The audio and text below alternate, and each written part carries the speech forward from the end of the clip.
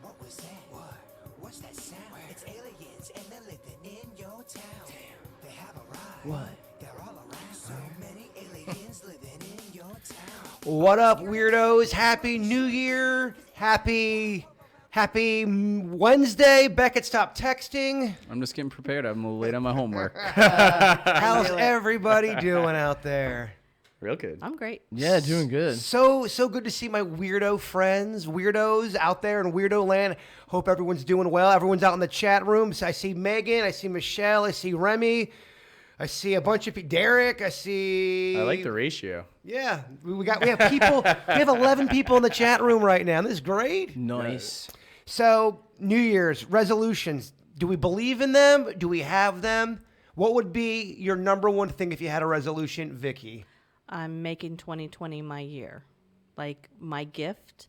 I'm taking it to the next level. I'm not going to be afraid. I'm going to do what I need to do, and it's full force. So this is the year of the psychic, This is Vicky. Yep, Okay, I love my it. year. That's your goal, that's my goal. Beckett. Write things down that I really want to happen. I'm horrible at writing things down. Like The Horrible. Secret, or are you just writing down messages that you can't forget? Just kind of like articulate. I think there's a bunch of things that have been proven. Just the fact that I actually have lucid plans in terms of what I want to do, rather than just like talking about it with friends and say like, hey, this is where I want to end up. Actually, like thinking about it diligently, intentionally, writing it down, keep looking at it, and then being consistent about getting there. Producer Denny's, do you believe in the whole concept of kind of in a sense a rebirth? The new year, you're resetting. Do you have a resolution? Making a resolution, but kind of on par with everyone else. I feel like across the board, I've noticed people want 2020 to be their year of change. Because in a similar sense, I want to learn things that I never cared to learn before, if that makes sense. So like how to fix things, how to fix my car, stuff that I should just know that I just bypassed over to learn other stuff. And things just to make my life better and understand how things work. It really is my resolution just to kind of look into those type of things. I love it. What about you, Bird? I got a lot of resolutions this year. Last year, 2019, was kind of a weird year for me. I kind of feel like I'm coming out of a bit of a storm, and it feels good. So I think this is the year, kind of like what you're all saying. Everyone's like, it's my year. It's my year, motherfucker. By the way, over 18, the podcast. Yeah, I'd like to connect with some old friends I haven't talked to in a long time. Get better with music with Denny's. Denny's is a great teacher of the guitar. He's helped me out greatly. Just continue that path. Yeah, learning an instrument. I'd say learning any craft, anything that you can find interest that you want to seek out in your free time, that you actually willingly want to look at. Anything in the arts, or even if you're just reading stuff, if you're into reading, anything like that can kind of be almost meditation from the madness out there, the chaos of the world. Everyone needs that, although not everyone has that. Mm-hmm. There's sometimes you can remedy depression and anxiety by getting a hobby. I'm not saying that's always the case, but I mean, a busy mind, it's hard to worry about shit if you are doing something busy and creative. Absolutely. Sure. It's just finding a way to harness it appropriately. Yeah, chat room, let us know what your resolutions are. Do you guys even believe in them? Kevin and Virginia on the morning show, they don't even believe in resolutions. So if you want to make a change, you make a change. There is something, though, for some people, like for me, I love the idea of a reset button and just kind of, when you die in Mario Brothers, you have a couple extra lives. I like that. See, for teachers, I think a lot of us, we consider our new year our new school year. So for me, like January isn't really my new year. It's usually, in August, that's my new year. That's where my restart is. Interesting. The teacher's mind. I'm the same way because my business is so seasonally. In the winter, we're extremely busy. In the summer, it's the opposite. Damn. So in the winter, it's like working 8 days a week, and it's just absolute craziness. So in the summer is kind of when I sharpen the saw, so to speak, I think it's fun to make fun of resolutions, but I think they are important because they do give somebody something to, like, the light at the end of the tunnel. It goes with hope. Gives you hope. The human brain needs hope. But they Sure are does. fun. It's fun. Like everybody buys, the ads and stuff for this time of year to push. Gym memberships. Yeah. Honestly, most of it is just sometimes you'll buy tennis shoes and never work out. It's the idea of, yeah, I'm going to do something about it that gives you relief. I know that's how I am. It is. Are we doing another rebuilding bird? You stayed pretty thin. Let me take off my shirt. My left titty is real gross right now. We might even need to do a rebuilding Beckett after this past 6 months. Oh, this is the part where the model goes, oh, I don't look hot. Oh, I'm not good looking. Shut up. Everything going good, though? Everyone's personal life going well? Yeah, it's all right. No, that's not convincing. Vicky's drinking a little wine tonight. I like honest wine, Vicky.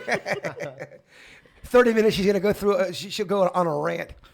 Oh, no, I do that after I come back from cafeteria duty every day. Yeah, I get that out every day.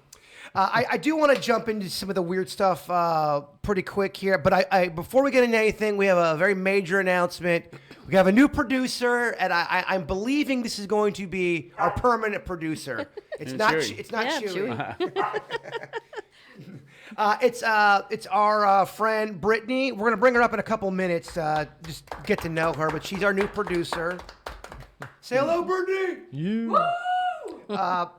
So someone sent me this email. I'd like to get your opinion on this, Vicky. I mean, everyone's, but especially yours. It says, "Dear Weird Whatever, my little sister died when she was 8 years old. She got hit by a car. She was pronounced dead immediately by the paramedics. Our neighbor, who was a priest, worked at the Catholic church down the street from us. As she was being put in the ambulance with her dead body, this priest grabbed her hand and said a prayer. Within seconds, my little sister opened her eyes and she became alert. She was alive. I saw all of this with my own eyes. The priest said he prayed for her health and credits her resurrection all to God. What do you all think? Do you believe what the priest did was something godlike or just a coincidence?" I'm going to start with Vicky. I would say it just wasn't her time. But it could have been, if you are coming from the aspect of believing in God, it could be that God took that opportunity to make that happen with the priest there in order for people to come closer to faith. Are you telling me you don't believe in the power of somebody praying? No, if it was her time, she would have gone. So I believe if it was her time, she would have gone regardless of the priest, the prayer, anything. I don't think it was her time. Let me ask you this. We've talked about healing before, people who have healing, abilities. Do you believe that some people can heal ailments with their hands? Yes. Okay. So if that is possible, why is resurrecting not? Because there's a difference between death and healing an illness. Has he ever performed any other miracles? I mean, I'd have to look and see. And I'm not trying to sound cynical, but I believe if it was her time, she would have gone. Mr. Beckett. I like to think of that as we talked about just a second ago again, hope. I like to think it as a hope, and I think it's important to do, and it's important to have the belief, but the left side brain of mine's like, no. You cannot bring somebody Superman style, Lois Lane. She dies. Superman brings her back. 100%. I hope that's not a spoiler. I think that I think there's some placebo to that, and I think you create energy around certain things, and maybe it makes the guy do a little bit more on CPR because he believes that there's a chance that she comes back, and they do one more electric paddle and all of that. I wish I believed stronger. It's one of those things like I could say, hey, I don't believe in any of that. I don't want to believe in that or whatever. I wish that were true. It's just hard for me to get my head around that. Do you believe in healing? Okay, I get shot in my gut, and all of a sudden this person comes over and holds my wound, and then they bring me. Do you think that can happen? No, but I believe in medical doctor healing, but I do believe that healing can come from good intentions and love and energy and things like that. I think that there's been research like your cells react to different feelings and all that, and you change your perspective and all that can change your energy and your vibe. And I think that actually can have an extreme effect on health. Denny's. Yeah, I agree with everything said about the positivity. I figured you didn't believe this shit either. Well, so in a sense, like you guys say, the positivity, it really, health, I guess, could be a mind state. Because when you're healthy and your mind state's good, you're strong. And when your mind state's bad or your health's bad, you're weak. So if your health is a mind state and you're spreading positivity to a person and it's fortifying their mind state, then I think that would help, like you guys say, encourage the possibility of a miracle of that nature. To use it to illustrate an example, I think that if two people had to carry a big sack of sand over a certain distance to save one of their kids, and they had a certain desire or hope to do it, the religious person, I believe, would make it further. I believe they would make it further because they truly had a belief and a hope in something bigger than themselves. The agnostic atheist, I think oftentimes, 9 out of 10 times, won't make it as far in that endeavor, that pursuit to save one of their kids when they're like, have gotten all the hope, because they don't have the same thing and belief and hope that a religious person. So that's why I think it's effective, in my opinion. Wouldn't that be so cool, though? Like in the movie Powder, didn't the deer get shot? I felt that deer die. I saw that deer die. Yeah, and Powder heals the deer. I mean, that's Sean Patrick Flannery, the actor. If I had that superpower, I would just hang out in the woods in Pahokee and where everyone sits in tree stands. And anytime someone like was real excited about a big buckshot, I would just go. Vicky, does that bring a guy from a 3 to an 8? If he has that ability, let's say you see a 3 at a bar, 3 out of 10. But he has that healing ability where if you got shot, he could heal you with his hand. Does that jump him up to an 8? No, I'm shallow. It's got to be a physical thing. Really? I could care less if you can. You could friend zone him real quick. That'd be a great friend to have. But what about, okay, Beckett, you a 3, in your opinion, same ability. Doesn't that jump her up on an attractive level? Not that ability. Really? You guys aren't wooed by the miracle of healing? I'm so wooed by that. I think that's very attractive. There's someone for everyone. I want to tell you guys about the sheep squatch. I love when I have a little bit of vacation time, because then I can watch all of those documentaries, all that weird stuff on the History Channel. I was watching something about out in West Virginia, they have sightings of what sheep squatches. Now, it's half sheep, half Bigfoot. Have you guys ever heard of this? The sheep squatch. Sheep squatch. They're going to be quizzed on this, Beckett, Okay. at the end of the podcast. Sheep squatch, also known as the white thing, is a woolly-haired creature reported across numerous counties in West Virginia. Within the southern western region of the state, the counties with the most sightings are Boone, Kanawha, Putnam, and Mason, with the surge in sightings taking place in Boone County during the mid-1990s. So is that just their Sasquatch version? That is that's their Sasquatch. Here's the problem: Bigfoot's become trendy. He or she. I'm not sexist back here. They are. There's one in every state now. There's a Bigfoot in Maine. There's a Bigfoot in Pennsylvania. There's one in Alabama. All the 50 states except for 2. I'm from West Virginia. I don't really Really? find it that trendy. Yes. And Vicky, what are those 2 states? I know Hawaii is one of them, but I don't know. I can't tell you the other one off the top of my head. But there's been a Bigfoot sighting in all 50 states except for 2. So 48. Well, let's go to Hawaii. Bigfoot goes Hawaii. That sounds like a terrible Get it, Saved by movie. the Bell episode. Oh yeah, like a Full House episode. It really does. It's some Adam Sandler new next movie. All right, Beckett, sheep squatch. Quiz at the end of the show. Denny's, remind me because I will forget. All right. You guys believe in luck? Yes. Is luck a vital part of being a person? I wouldn't say vital. Well, so Bird and I were sitting around and we were joking about how would you define luck? Say like an alien came in here and was like, here, explain luck to me. Like, how do you explain that concept to somebody? Because have you ever met somebody who all they do is say, I'm the unluckiest son of a bitch in the world? They're always talking about how unlucky they are. Now, sometimes I think it's a self-made Right. prophecy there. I feel like you can do that kind of stuff. Here's the email that kind of went along with that. What is all of your opinions on the subject of luck? Do you think people are born lucky, and or do they have to work hard for exactly what they get in life? Or do both things play a role? I believe in luck, and my wife does not. She thinks it's all about hard work. Love to hear your guys' opinion. Tony from Miami. I think it's a mix of everything. Actually, Woody Allen, his movie Match Point, one of the main points of it is how much luck actually plays a part in our lives. And a lot of people tend to discount it.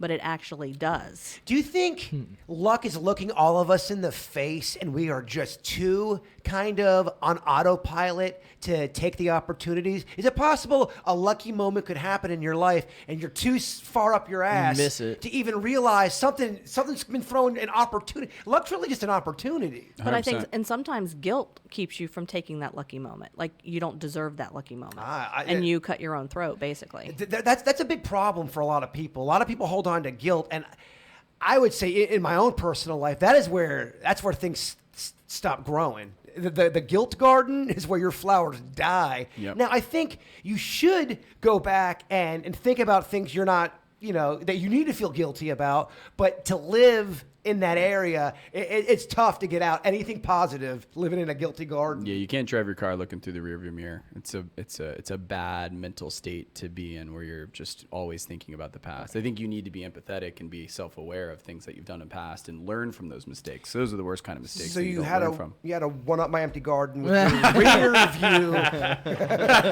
with your rear view analogy. All It was a right. golf cart in your garden. Denny's thoughts. Yeah, I mean, so luck is such an odd thing because it could just be because what they say, what is it? It's preparedness in the right time. Yes. So I mean, it could just be that. It could be that all the time in our lives we come across coincidences, and then we perceive them with a title, a word to describe that type of situation, kind of like deja vu, luck, things in that nature. But at the same time, I do believe in luck, which is weird. Because it's almost like a concept I wouldn't normally believe in. I mean, I thought the age-old tale is hard work plus luck equals your chance. Absolutely. Definitely, but I think the formula is divided by 5 with luck in parentheses in the sense that I think that luck plays a small part in it. I don't think it's a 50-50. It's not a 50-50. I think it's like 90% hard work and then being ready for the like as you said. I think luck a lot of times is opportunities showing themselves. So you got to be ready for it. Absolutely. Okay, well, what about throwing this in there? What if you believe in past lives, and the reason why someone is so lucky is because they were so unlucky in a past life, and now it's their turn to experience the luck? But why is the universe such a dick then? Why they gotta do it that way? You know what I mean? Why does it have to be? You gotta go through shit. Sometimes you get bad ones. Sometimes you get good ones. Is it for like an overall experience? I mean, if that's what it is, I guess I would just want to, and not in a disrespectful way. I always want to ask Lady Fate, God, the universe, whatever you call it, why is it designed this way? I mean, it's chaos / organized. It's yeah. / balance. Well, it's crazy. The answer is always, well, you need the bad to appreciate the good. If not, the whole balance is going to be screwed up. But what if you just did live in a utopia of just everything was great? Everybody was cool with each other. That's what we all strive for. So why do you need the bad for that? You're the educator, Vicky. I don't have the answer. And why do you need such extreme bad? You know what I mean? Oh, for sure. Yeah, it's one thing to get punched in the face every once in a while, go through some stuff, but it's another thing like, some people have gone, a brutal thing. Well, to go back to what you were saying, Vicky, a lot of people don't believe they should get an opportunity or a good thing happen. Or Right. if they you get a bonus from work. Some people believe I got a bonus from work. That means some other shit's going to go bad now. That's just how the universe is. Yeah. And in a sense, I mean, I think you have that thought because a bad moment is always right around the corner looking everybody in the face. And I don't mean that to be a morbid thing. I just mean that to be something to always be aware of. Totally. That is up and down with life. Absolutely. Fun and failure both start off the same. Damn, Denny's. Damn. Well, with that, I think It's time. yeah, for Denny's Random Facts. Now, if you're new to the program, Denny's gives us some factoids. Vicky, being our educator, she gives him a grade. Like in school, A, B, C, D. Yeah, I F. don't think I had graders last time. You guys were incredibly harsh, I think, last time. Because I wasn't here to protect you. Yeah, there was no Okay. balance or reason. We were a little dicky to Denny's. It was All right, just Denny's, give us your factoids. Completely harsh. All right, so what do you guys think about this? This is a pretty odd thing. There's children belonging to the Moken tribe in Thailand that have perfect vision underwater. They do this by constricting their pupils and changing their lens shape. They use this ability to hunt fish, clams, shells, all that type of stuff. This skill is acquired when exposed to underwater environments enough at an early age, usually before 5 years old. So the tribe is very influenced by their water, and they use the kids because you lose the ability as you age to see clearly underwater. So they train the kids at a young age to get fish, clams, and shells out of the oceans. But what a weird concept that if you introduce a kid to the water at such a young age, up till 5, they can develop the ability to see underwater clearly. And how many old people did they throw in the water till they figured out it was only young people that could do it? Well, so kids were learning it and then losing their ability, and then they learned that it for some reason, as you become an adult, you lose the ability to do it. So basically, to answer your question, Vicky, several 90-year-olds died. Yes. Just want to know who died in the experience. No, I like that. I like That's that such a one. weird thing to have a tribe like practice, and they do it in salt water. So odd, right? Yeah, Vicky? Well, I would say that we probably have the ability to adjust ourselves in a lot of other ways if we would actually try. So I got to give this an A+. Ooh. I know people who think I should be harsher. They're Start out I'm the gonna get new the year hate mail strong. already, but I like that one. I got to tell you, Denny's, I thought it was a home run, kid. You're doing real good. Everyone compliment Denny's. He loves compliments. Get out of I here. mean, he's so good at research, Beckett. Get out of here. It's got to. That's got to be a lot of work. What do you guys think? Is this fair or foul? Because this has been an ongoing problem in businesses. A British company developed the most uncomfortable toilet seat ever, and it was on purpose. It's a startup company in the UK that developed a downward tilted toilet seat so employees are less comfortable in the loo, encouraging them to get off it faster and not waste company time. Yeah, because we know there's some people that go to work that they're not really pooping. Yeah. They're They not are- teachers then, because we don't have time to spend any time in there. Yeah, if you guys get poopy cramps in the middle of class, what happens? You're, excuse the expression, shit out of luck. I guess you would be. You buzz the office and pray. Do you have a backup, somebody, if something like that Some does? people do. I mean, if you have like a teaching partner that is next door, you might have a system, you know, where you open their door and look at them panicked and they know to watch your kids too. And then you can't let the kids know what happens because then that gets Yeah. into school. Then you're Mrs. You know, Yeah. crappy pants. Yeah, because they laugh at you when you say, "Oh, I gotta go out to duty." They laugh at going outside to do your traffic I get it, detail. So yeah, you can't let them know that you actually dutied. That's funny. Okay, that's fine. Yeah, in China, have you been to China where they have the public restrooms is blown away? They're just little holes, and they have little like feet places where your feet Oh, don't yeah. sleep or slip, and you have to like squat down to use the toilet there. I actually think it's probably healthier. I think it's healthier because that's how humans were more meant to go to the bathroom. What do you give it, Vicky? The grade? He started off so strong, and then it's hard to live up to it. Well, I don't so know, what do you like a C. I proposed the Yeah. question. What do you guys think? C for cocky doo-doo. For caca, I get it. That's funny. Good effort, though, Denny's. What do you think about this one? This one's pretty goofy. So John Hetherington, the inventor of the top hat, caused a riot when he first wore it in public in 1797. He was arrested for breach of peace after several women fainted and a young boy's arm was broken in the commotion. Why? Because he invented this hat that was so tall that people thought it was so bold that it shocked them. And he got charged. He got fined 500 pounds, which equals 655 American dollars. So is he the first American peacocker? He invented it. It was the first one invented out of vinyl and wire frame. And You know what peacocking is, right, Becky? Yeah, of course. Oh, yeah. It's wearing garments or things that call attention to you. Yeah. Wow. He's They were. the initial with the top hat. So he got arrested. So I thought peacocking was a term that only that. I thought we learned it from that mystery show. Mystery That's guy. yeah. Is that where you learned it? Dude, everybody watched that show. I don't man. know if everybody did, man. Yeah, Pickup artist? I read that book, The Game, I think, which was written by him and explained like all the psychology of like dating and interacting. It's That's so interesting. funny. Yeah. He does seminars. If you don't know what we're talking about, the guy he had a show on VH1, and it was called The Pickup Artist, and he preached that he could get any guy laid or in a relationship. It didn't matter who you were. He could find your greatness and somehow have a woman fall for you. It was like a real life version of that movie Hitch with Will Smith. So if you, or for example, if you were a guy that had a tough time approaching a woman, he'd have you wear these big, bold outfits so a woman would come up and talk to you.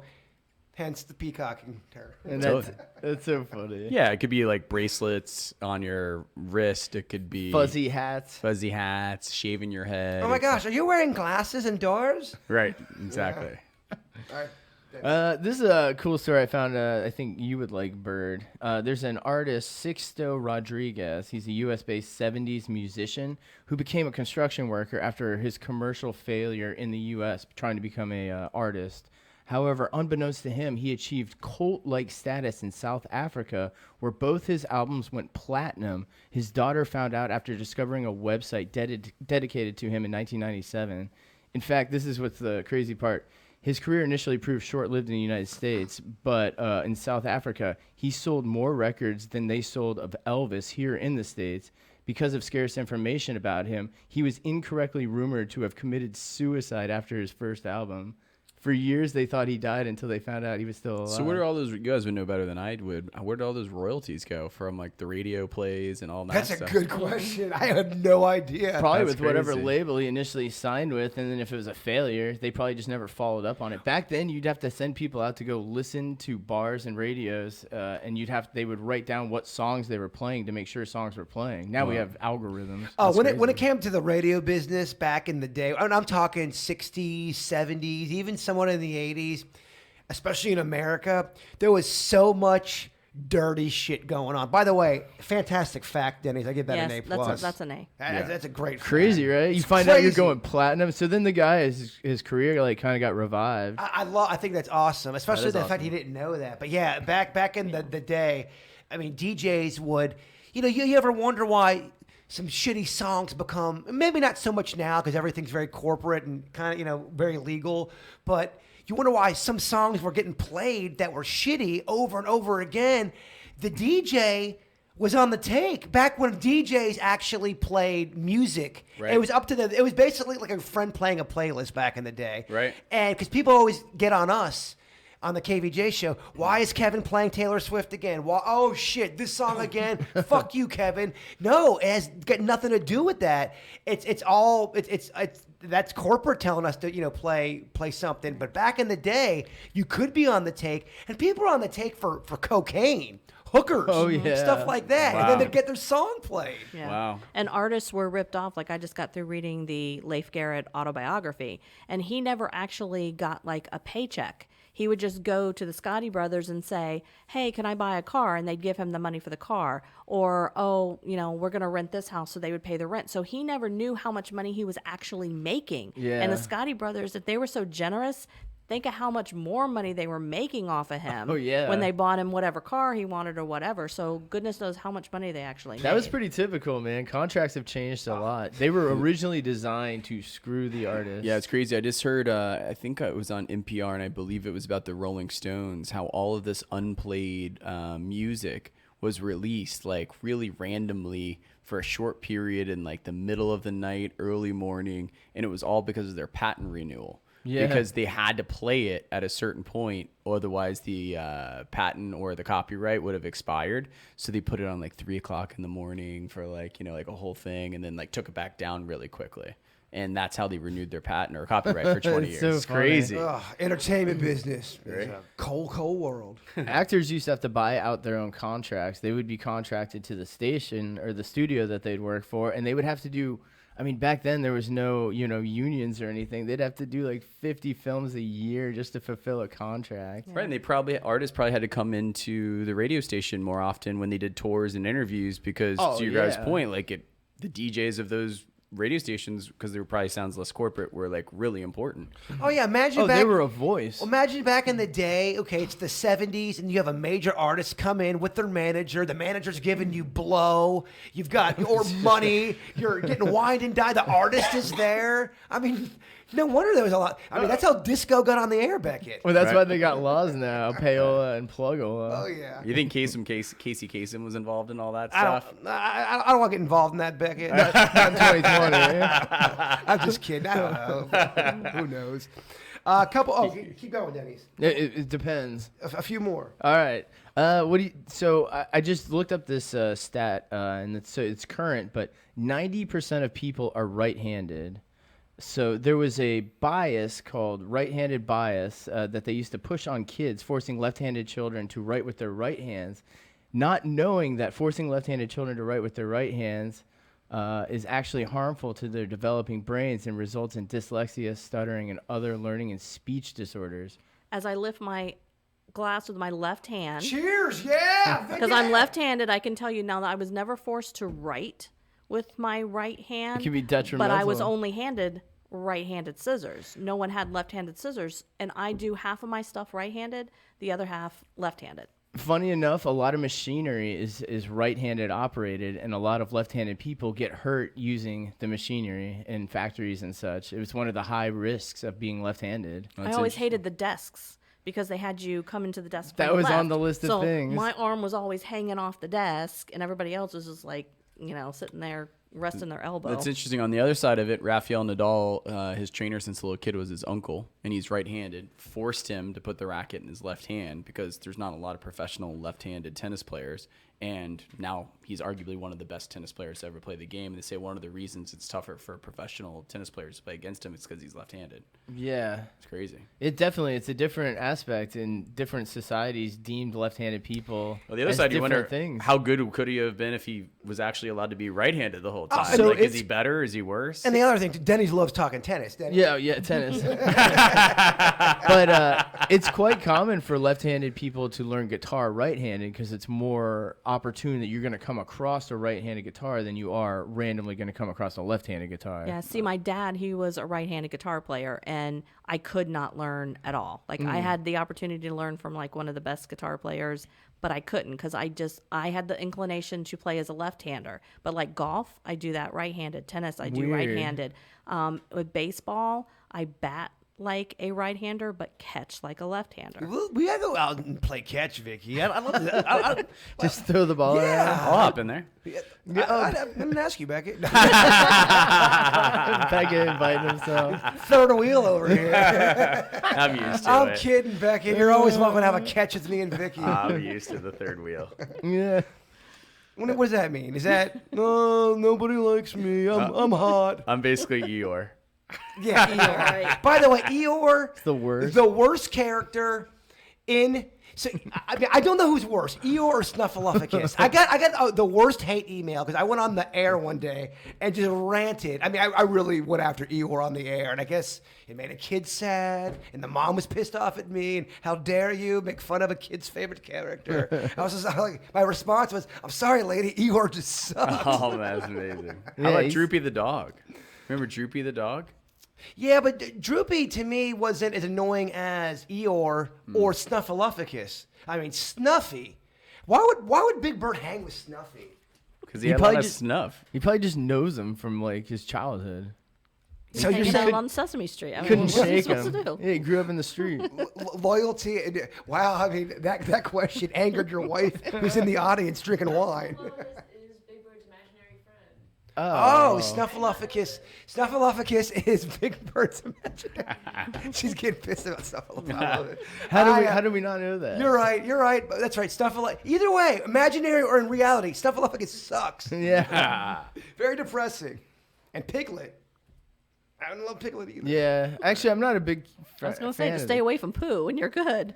I mean, you don't like two of the characters, so just stay away The from rest of them, Tigger's awful too. Tigger sucks. I don't like Pooh that much either. And Ah, Christopher Rabbit. Robin was kind of creepy. So there you Rabbit. go. Stay away from it. Yeah. Rabbit was on cocaine. Right. All right, we digress. Do you guys want one more? One more. All Come on, right, here we go. Wrap it up with this one. Before 1954, stop signs used to be yellow with black lettering. This was because there was no red dye that wouldn't fade over time. 1954 signs became with the porcelain enamel and then were painted red. So we didn't have red stop signs till 1954. What'd you guys think? Did you guys know they were yellow before? No, my whole thing is I always say always end on a low note. I was going to say. Get out of here. You didn't think It's that's... time to see him later. Oh, see, she put the rating in there. Vicky's got some quips. So everybody knew there was yellow stop signs before. All right. I don't think I did. I didn't know, but I guess I don't care. You don't care. I think Get everything outta was here. black and white movies back then. Get so. out of here. All right, so that top hat. Remember that. I looked at the chat room. F. And the chat room, we got some Eeyore fans in there too. Really? Uh-oh. Yeah, people like Eeyore. I don't know how, but all right. We've got some another email. Oh, here's a question I actually want to ask you guys, and this is going to be the question I want that for the audience today. I saw this quote. I thought it was pretty cool. Let's get your guys' opinion first. Two possibilities exist. Either we are alone in the universe or we are not. Both are equally terrifying. I want to go through everybody here on the panel and just tell me what's more terrifying to you? That it's just us out here. All of this space, all of this, it's just us. Or there's creatures, there's other entities, whatever you want to call it. What is frightening? I don't find either one of them frightening. Well, what's on a life philosophical level, it wouldn't fuck with your head to know that we're the only creatures? No.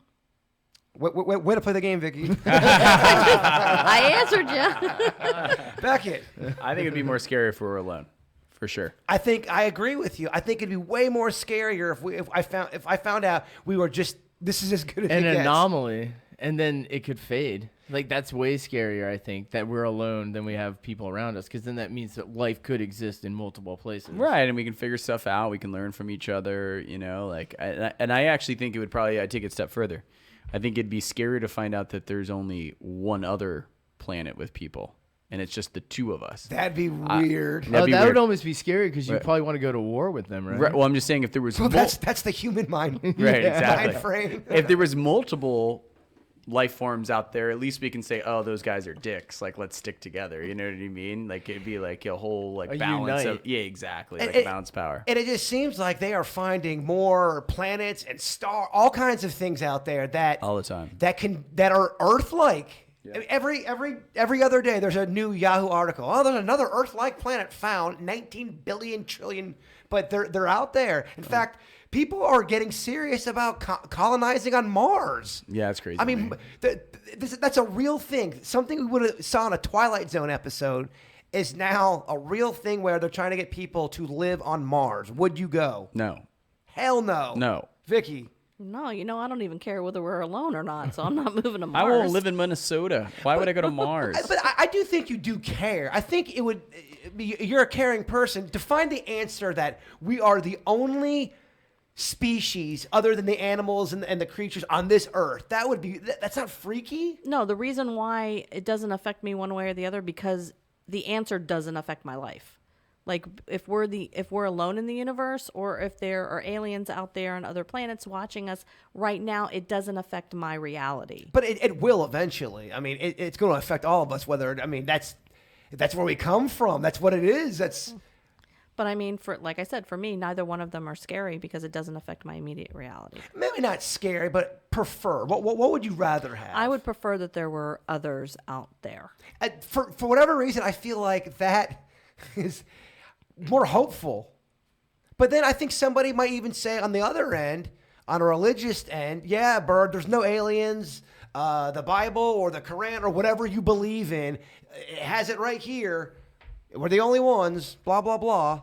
I don't know. Denny's roughly quiet. Yeah, well, I'm just soaking in what you guys are saying over there. I'm more probably susceptible to believe that there might be multiple planes of existence. Way to commit. I love how vague that sentence was. I hear you. But you do, I'll bring it in a little bit you here. believe in other creatures out there? Absolutely. But I also believe that there could be, it's just the concepts of gravity is so odd. I know there's a science equation that explains it, but the concept that it holds things down and it holds other things down and it holds them at different pressures, I guess, towards the earth is so perplexing that you think some portion of that must be shared in some other existence to where maybe gravity is heavier in that existence. Something to where we can split those type of concepts. Even just pressure, barometric pressure, is a crazy concept to accept that we have on this planet. All of it is. We hide behind definitions. There's just a lot of things that I think could exist in multiple places at once. I mean, there might be other stuff that, I heard there was an article someone had written about how, she's a former, I believe, NASA No, I'm sorry. I'm getting my stories confused. She was former military in Britain, and she had talked about, she worked somewhat in the space department as well, and she personally believes that we absolutely have been visited by aliens, but we can't see them as humans, and that's why you'll see ships go up because they're invisible and they know what they're doing, and a lot of times they'll have their ships in the water and you don't see them walking them. Now that's just one theory, of course. Invisible aliens, thoughts? Well, I just think if anything is like humans are, there's gonna be slip-ups, right? So I mean, is that when we see them, or is that just slip-ups? I mean, you think Just a man or just a think human? you tell a human a secret, and 10 minutes later, like 20 other people now know that secret. Like we just drop it quick, man.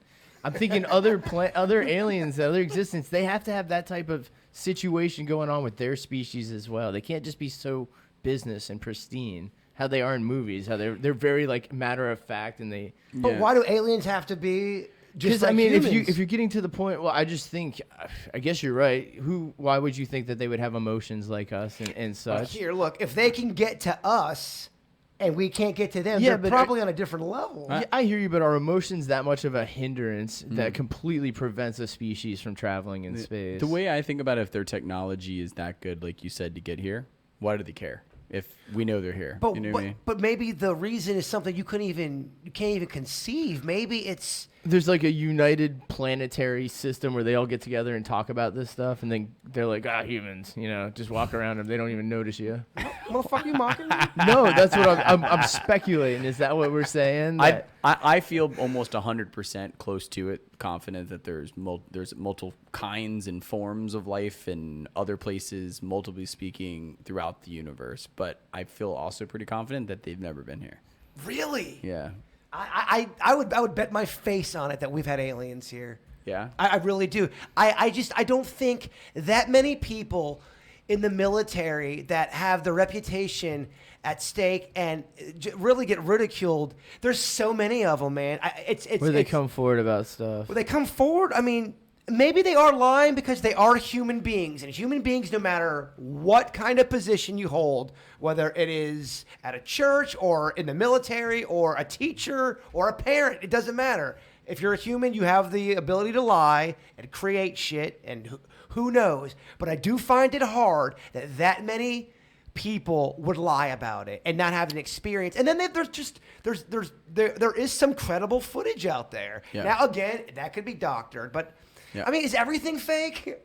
I don't want to live in that world. One weird coincidence is that throughout history, art has always depicted some sort of art throughout history has depicted things coming from the sky, whatever they are, some extraterrestrial life.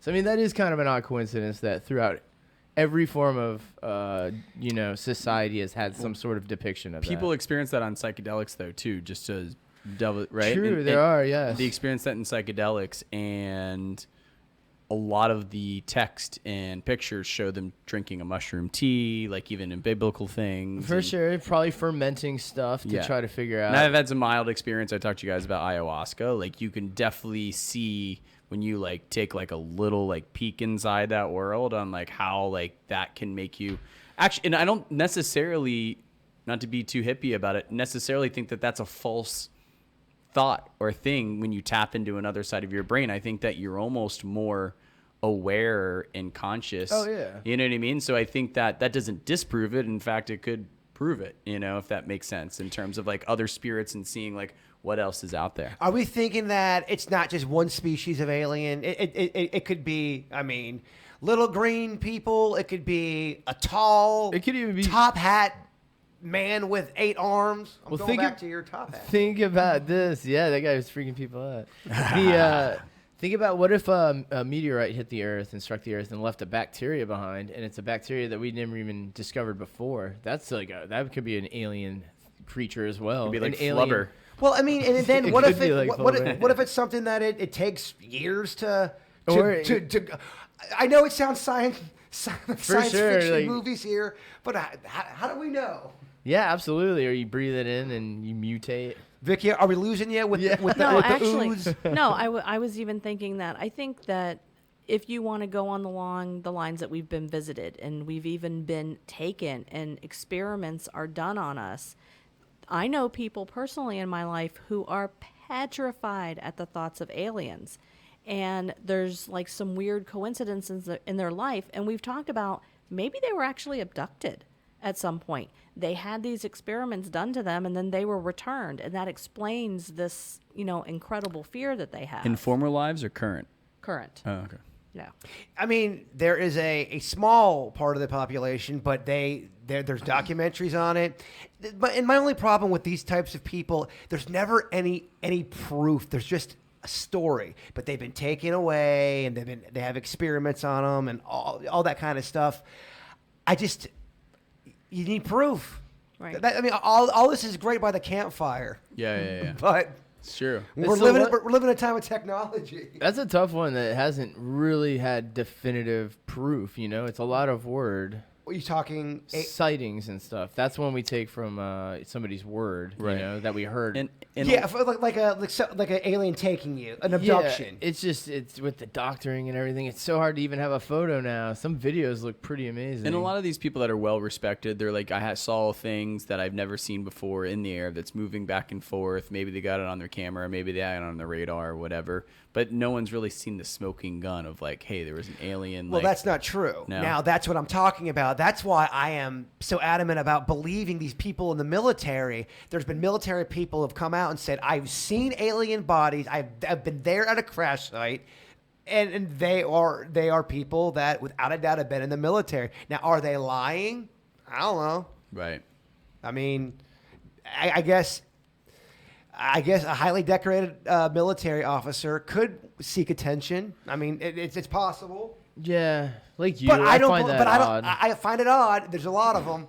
Right. Yeah, it's just weird you make it through to the end of your life and then you decide to stake it all. I don't know. It's just weird to me. I think that there's more proof of alien and UFO activity here on Earth than any kind of Bigfoot, any kind of Loch Ness monster. And out of all of Definitely that, the Loch Ness monster type stuff, that to me is how can you not believe in that? I think people get caught up in the folklore, but that could be just a prehistoric like a serpent or something. I mean, that's not that hard to really kind of believe in, that we can't just get to it and that it comes out for air every now and then. Well, that's why I find it so hard, people who are so hardcore in not believing in a Bigfoot creature, but believe in aliens. Why is it so hard to believe that we have an unidentified species who has been able to procreate and create more? I mean, I don't see why that's so hard to believe. And what they always come at me with, well, Bird, where are the bones? Where are the Sasquatch bones? Where are the Bigfoot bones? Where are the abominable I've snowmen? already explained that. and can you explain again if someone's new here? No, my personal theory about Bigfoot is I think that it has a lot of human qualities. I think it buries its dead.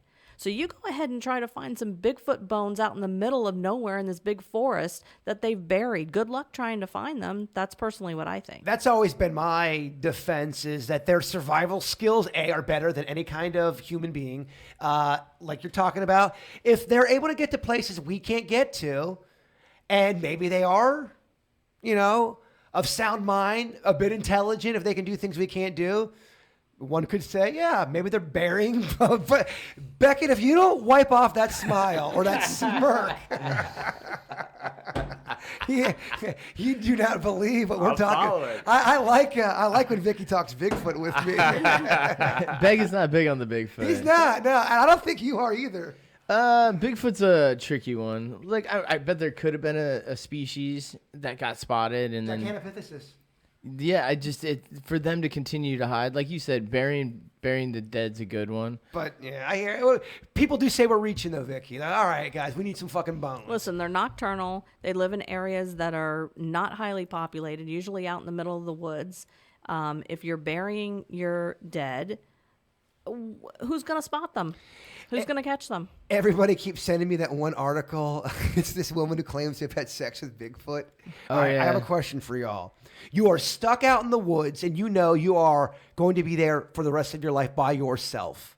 You're never going to see anybody again. And that truth is revealed to you. Now, a Bigfoot comes along and wants to have sex with you. And it's very nurturing and gentle, Beckett. Do you At some point during this ride on this out in this forest, do you sleep with a Bigfoot? Is it female? Yeah, it's female. For you, it'd be female. It's whatever you prefer in your romantic life. And it seems human-like? It doesn't seem human-like. It's a Bigfoot. It smells. Covered but in hair. It does. It'll have. You guys can have sex and it'll cuddle after. But it's a Bigfoot. I think I would try it. I know you do. I know. I think I would try it. No one's surprised. Do I have whiskey? No, man. Oh, come on. Stone Cold, you already know you're the one. Stone cold sober. You're able I to. can make some moonshine. No, you only can eat off the land and bang Bigfoot. Doesn't sound too bad. Yeah. Lay with Bigfoot. Dennis, this is a time you're not married. All right, clearly. I'm a free man. You're a Look single. at that look she's giving him over the top of the glasses. This is a hall pass. Dennis' wife is in the audience. The audience of one. Same situation. Do you do it? Yeah, I mean, I'm lonely and there's no hope of. It's like year 10. Yeah. And we've gotten along pretty well. I mean, the whole time you guys just see each other, just from a distance. But year 10, Yeah, I mean, the mood would probably set in, a little pillow talk, all that fun stuff. you're in. Well, yeah, what about you, Bert? I mean, I'm sure. you know I'm in. Oh, yeah, I figured. Vicky, I mean, you had a couple wines or one wine. No, I don't even like hairy guys, so I'm Really? not going for a hairy Bigfoot. So you stay abstinent for the rest of your life. I'm good. Okay. Good. What if he has the power to heal wounds? Does that make him more attractive? It does for me. I know it does. You know, I love that. It's good, Denny's. Let's see here. What else we got? I want to talk about remote viewing. Have you ever heard of remote viewing, Vicky? I've done it. Okay, I'm gonna have this guy on the clip explain remote viewing. I want to see if it lines up with you. He's supposedly an expert, but very interesting to go back on the whole alien stuff. There was a famous psychic, Ingo Swann. Does that sound familiar? No. He was the government brings him in, or at least he thought it was the government, and they asked him to do this remote viewing. Now, when he did the remote viewing, he had seen an alien base on the moon, according to this renowned psychic. But this guy right here is going to explain what remote viewing is. Remote viewing is a perceptual technique whereby a person can describe places, events, or people that are perceived mentally, but separated from the viewer by distance, shielding, and even time. It's, if you like, it's a trained intuitive ability. How is remote viewing used today? I've been tasked to help locate murderers and to unravel clues that may help towards finding who the murderer may be in a particular case. Within businesses, helping with negotiations, investigations, lost property, insurance scams, missing persons. All right. So what do you think, Vicky? Does that line up with what you know? Yeah, and I've done it. That's probably one of the first things that I ever did. Was I did a remote viewing that started to open up my ability. So what exactly did you do? And kind of, can you break it down a little bit more in layman's terms exactly? It's basically where you are astral projecting is another thing that you can call it. An out-of-body experience is another term for it. You're leaving your body behind. Most of the time, to stay safe, you feel like you are connected by a rope, almost like an umbilical cord. And most of the time, if you're going to do the remote viewing, you're going to figure out your destination before you leave. You usually don't randomly, search the universe. You usually know where you're going. In my case, the house next to where I used to live, I knew there was some kind of activity there. So my first time when I was walked through it, I did my remote viewing next door. Now, what's in my very beginning stages of my ability, I could only see spirits when I did remote viewing. I couldn't see the living. So in that case, I went over there. I saw the thing that was in the house, but I also saw a little girl. In human-like form? Yes. Okay. She was a little girl. She was wearing old-fashioned clothes. She was holding a little doll. And That's not creepy. and so when you're doing it, you're actively, like in that case, I wanted to communicate with her. So I remember I got like down on her level and I was talking to see if she wanted to come close to me. And basically, she told me that she had been hurt. I got that a horse had actually, her father had told her to stay away from the horses, and the horse had actually kicked her in the head, and that's what caused her death. So I didn't have the ability to help her cross over, anything like that. This was at the very early stages. So I called in another psychic. He came, he found her, he helped her cross over. Now, would you be able to remote view and talk to a real person, kind of like what they did in the Star Wars movies, where they jump from one place to one place? Could you have talked to that one girl that was really there? I have never tried. Can you do that? Have you heard of people able People to can do that.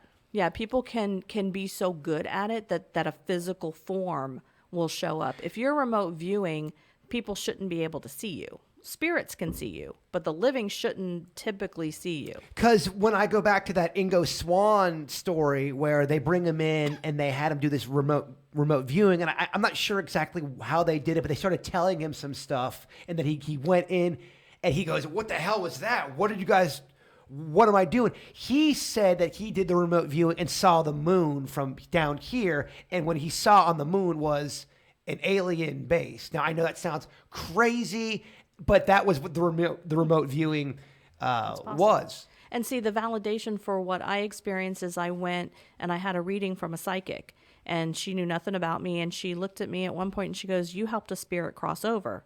And I'm like, "No," I said, "I identified a spirit." Didn't say anything about gender or anything. She said, "Well, it was a little girl, and her parents are here to tell you thank you." So that was my validation that the whole experience was real, that I actually did see what I saw. Wow. Very good stuff. Yeah. Very good stuff. Yeah, the very fascinating, that whole, the whole concept of the remote viewing is awesome. Now, can you teach that to somebody? Can somebody learn that? Well, that's how, somebody guided me through it in the first place. I didn't do it on my own. If I wanted to do remote viewing, I want to go in my room and do it. What do I do? Well, typically, especially for your first time, you don't want to do anything alone. Denny's, I'm sorry, bud, but you're going to be a part of this. You're coming, Denny's. The way that it was taught to me is that they lit a candle. Ironically, we have candles lit here today. And you stare at the candle until basically the flame is like in your brain. When you close your eyes, you can still see the flame. And I was told to visualize this long hallway, and there's all these open doors, and there's a doorway at the end. And as I go down the hallway, I close all the doors. And they're walking me through this step by step. And then when I finally get to the end, then when I go through that door is when I visualized myself rising up from my body with the cord connected for safety, and then visualize go to the place that I wanted to go to. Is it possible you could do that with me? Oh, yeah, I can walk you through it. Could we film that in case we could teach people how to do remote viewing? Because that sounds kind of cool. So what now? Do you wait for the vision to happen? Is that what happens? And then you're like, "Oh, that's where I'm seeing." Well, you have, like I said, you have to kind of know ahead of time where you're going to go. Okay. And then you can do that technique. I was also taught another technique where you, again, you use the flame and you pretend like it's a campfire. Again, you stare at it until it's in your brain when you close your eyes. And then the person walks you through, okay, now you are lifting up. We're all around this campfire. We are lifting up. You are connected. Pull on your cord to make sure you are safe. And then they tell you to go where you're going. But I couldn't do, if I wanted to do remote view, let's say my target was Texas, where my dad lives at. And I wanted to see my dad in Texas to see how he's doing.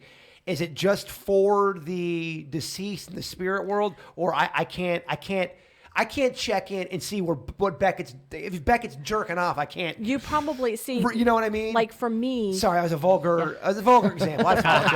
I forgot. Sometimes I forget we're live. We can just FaceTime. You see what I'm saying? You know what I mean? I can't just drop into people's rooms. No, like one time I was going to go someplace that my guides knew that if I had actually gone there, I would have felt bad because I would have been like a peeping Tom. So my guides wouldn't let me go there. They still gave me the answers that I wanted. They just sent me to a different place to get it without me actually remote viewing on that living person. Okay, but you could have seen the living person. I could have seen if from I had your whatever room you were at. Yes. Okay, that's what I want. Yeah. I want that ability. But you have to be careful because, again, your guides, your own personal guides, if you have a conscience, they may not let you see the living person when you go there. You know me, Vicky. I'm always careful. Yeah, right. How long have we been going for, Birdney? 1 hour. 58 minutes. Okay, I want to introduce our new producer really quick. Everybody give it up for producer Birdney. Or Brittany. Her real name's Brittany. Her nickname's Birdney. Yeah, you can sit over in Denny's spot. Denny's will run the camera. Now, I have known Brittany for, 5 years now? 4 or 5? Many past lives. Yes. It's Jen's best friend. Denny's has known her for a while, too. Welcome to the Weird and Whatever crew. Thank you for having me. Just make sure you're talking in that microphone. Yeah, thank you for having me. So tell us a little bit about yourself, Brittany. What is Brittany about? Everything. Okay. Well, I'm a teacher. That's where I met Jen, Denny's wife, and I connected both of them because I'm a big nerd, so I love video games, and we met at Play and Trade, and then we kind of connected those two together, and now they're living happily ever after. I mean, how adorable are the Durs? That's Denny's awesome. last Durs. name. I didn't mean to out you, Denny's. I'm sorry. It's out there though. So what's your favorite food? Grilled cheese. Grilled cheese. This is Oh, now and I see why you guys are friends. She loves pizza too. You guys have any questions for Brittany? You guys in the chat room? Anybody? What subject do you teach in school?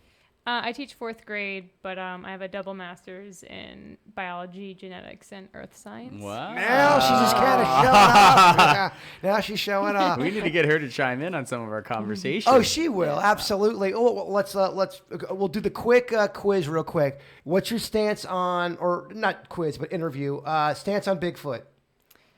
I think it's possible he exists.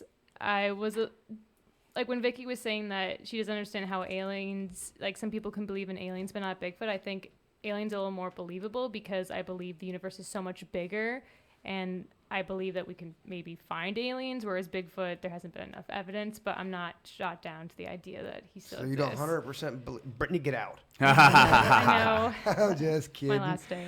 Aliens, obviously, I think you're Yes, there. for sure. The Goat Man. The Goat Man, like in Narnia. I mean, I kind of put the Goat Man, Dog Man, Bear Person, all those are kind of in the same category. Yeah. Probably not real. No, I want them to be. Maybe they lived a long time ago and we killed them all, and now that's why we find weird skeletons and everything. Do we believe that giants have ever walked this earth? Yes. You do believe this? Mm-hmm. We're talking how tall of a giant you think?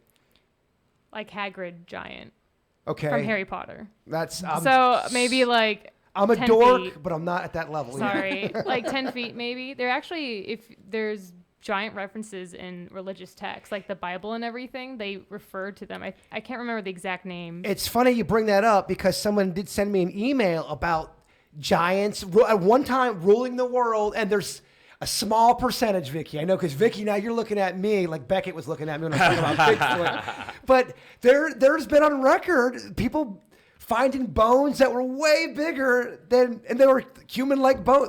That's what she said. Yes. Brittany, you know what I'm talking about. Yeah, I got it. Okay, so giants, we don't believe there was a giant species ever at one point. I think that there were people that were way larger than the normal people. Normal people were very short back in the day, and I think that they referred to people as, like, probably Vikings were considered giants. I don't know, relative to other people. They're raping and plundering and sacking cities. And if we did have giants roaming the earth at one point, we would have, when we have a buttload of bones, right? Will we have fossils, or is it the Bigfoot theory? Giants, they know how to bury There's a shit. couple random people that were really tall. We have some of No. those now. That's not what we're talking about. We're talking about 10 feet or taller. Do All we right. know if there's evidence that there are like bigger bones? Like have scientists found them? Someone sent me an article that backed it up. Now, here's the thing about articles. They're easily fake these days. Audience, what do you think? Possibility that giants ever walk the earth? Let us know. And Chupacabra. Do you believe in the Chupacabra? Of course. I actually think the Chupacabra could be real for sure. Yeah, Absolutely. it's just an animal. Yeah, I think it's just an animal. Yeah. Beckett, you'd actually need to read up on the Chupacabra. was gonna say, are you gonna kick me out because I don't know what it is? You don't know. We've been over this. We've gone, and you have a quiz really quick. I talked about we talked about the sheep squatch earlier. Right. All right. I think that would be more likely to happen in Scotland because people in medieval times were very lonely. There's all kinds of stories about the Scottish guys hooking up with sheep. And I'm sure at one point one had a baby. All right. You're not taking this seriously. You're not taking Ask this. him the questions. I want to see if he passes. Yeah. the There's quiz. no way. There's no way he retained anything from the story. Oh, come on. What state is Sheep Squatch from? West Virginia. Okay. Because he's from West Virginia. But I still got the question, right? He got the connection. Nope, Okay, nope. all right. Because I engaged and interacted during the bit. Okay, what was Sheep Squatch's nickname? Sheepy. No, white thing. White thing. Yes. I do remember that now. Okay, and you know what? All right, you weren't paying Come on, I attention. got happy. I did. I got West Virginia. Good right. job, Becky. Good job, Becky. Birdie, thank you for being a part of the You podcast. didn't ask her the most important question. Oh, well, she definitely believes in ghosts. Well, let her say it. I do believe that there is a plane where ghosts and spirits do walk on. I mean, I think it's energy. I think energy is an important part of this universe, and that if you have good or bad energy can affect you even in death. So Stance on afterlife. in terms of what What do you think exactly? happens when we die? I personally believe that we come back again and again until we complete whatever mission we were supposed to, and that gives me kind of peace with the fact that babies and kids die, but they come back again to live the way they were supposed to until there's some revelation where it's like, all right, here are all your past lives. You either did all these good things in each one or you've done all these bad things. And ultimately, then that's where you go to like the quote unquote heaven or hell. Like if you've just been an awful person all your lives, then you really don't deserve a chance, I guess. But This question isn't meant to be provocative, but when do we think that a spirit enters the world? Is it at birth? Like, is it like when is it the actual like thought when the parents are actually like thinking about it? Like, So you mean, are you trying to say if a baby dies in the womb, could that be a spirit or a ghost potentially? yeah, and like it doesn't matter if it's, you know, again, I don't mean this to be a provocative discussion in it because that's not my intent. I'm just saying like when do we think the spirit actually enters into a form, you know, whether it's first trimester, third trimester, when the baby's actually born. Like, I know. I can hear people typing. I know. You know what? We can skip it. I'm just curious. Well, I'll answer that. Okay, Just- yeah, I have just, you know, and I always tell people I'm not 100%, but I have made contact with babies that were miscarriages. Okay. So they never were born alive, and I've been able to connect with them. Okay. So I mean, I'm just busting your balls. I think that's a fair question, and I think any kind of question. I mean, this is what this podcast is for. I mean, Yeah. it's not to get anyone offended. Yeah, yeah. It's to ask questions what we're thinking. Yeah, and it wasn't so much human. Like it's more of like, hey, like when do we think like the spirits like start? I mean, we talk about when it ends. No, You know what I mean? It's honestly, it's a fantastic question. Yeah. We are running out of time. I know, Vicky, you're on a bit of a time crunch tonight. Yes or no? well, I just want to try to get Beckett here on time. That's why I asked that. I'm always like at 6 o'clock on the dot. Yeah, you're doing better. So say 6 o'clock in 30 seconds. No, it's a Central time? I think it's a good question. If people, when the podcast is over, go to our comment section, please. Give us your opinion on what you think. I mean, and let's not fight. Let's just give your opinion and see what people think. Remember, though, if you guys don't mind out there in Weirdo Land, if you wait for the podcast to end on the YouTube channel, please put the comments down in the comment section below after. It really makes it makes the podcast look so good, and it just helps us out greatly, and we really do appreciate it from the bottom of our hearts. So go ahead, answer that question. The other question I'd like to bring the audience in too. Please put this down in the comment section as well. When we're talking about those two options, what do you think is more frightening and why? Us being alone in the universe or having other species out there? I think that's an important question, and I'd love to hear what people think. Brittany, thank you for getting on the next week. We might put you on the hot seat, maybe. I like All that right. idea. I like it. But thank you guys for listening. We're going to go ahead and end the podcast. Please go ahead, check us out on the Instagram, JasonKVJ. That's our Instagram, at Jason Bigfoot on Twitter. We'll be putting some Facebook stuff out there as well. Anybody have anything to plug? I just want to thank the people that came out. I did a little meet and greet at Barnes & Noble in Boynton this past Saturday. I want to thank one couple traveled all the way from Lake Okeechobee. Oh, nice. And so I just want to thank the people that came out. I really appreciate the support, and, watch for announcements. Yeah, we're not leaving this house today until we figure out what we're doing as a group to meet people. Seriously. Okay. We're not leaving. Deal? I like it. Deal. Okay. We're going to end the podcast. We had some requests for it because it is January. People are making some resolutions. Here's a little song we did called the New Year's Resolution song. I like it. I was talking to your sisters, And we got some ideas for you. For what? For your life. So you guys are making my resolutions for me? We're making suggestions, Jaybird. One thing you gotta do is quit drinking, Jason. You come off like a bum and sound like a wino. I'm not gonna party this year. That's a lie. Because I'm currently drinking a beer. And I'm high. I already blew it. I was gonna quit drinking, but I said screw it. I already blew my resolutions. Yeah, you gotta start eating healthier, Jason. You're not a young man anymore. I was going to exercise, but those pies and those french fries caught my eyes. So I ate them instead. I didn't make it to the gym cause I fell asleep in my bed. I already blew it. I was gonna exercise, but instead I said screw it. I already blew my resolution.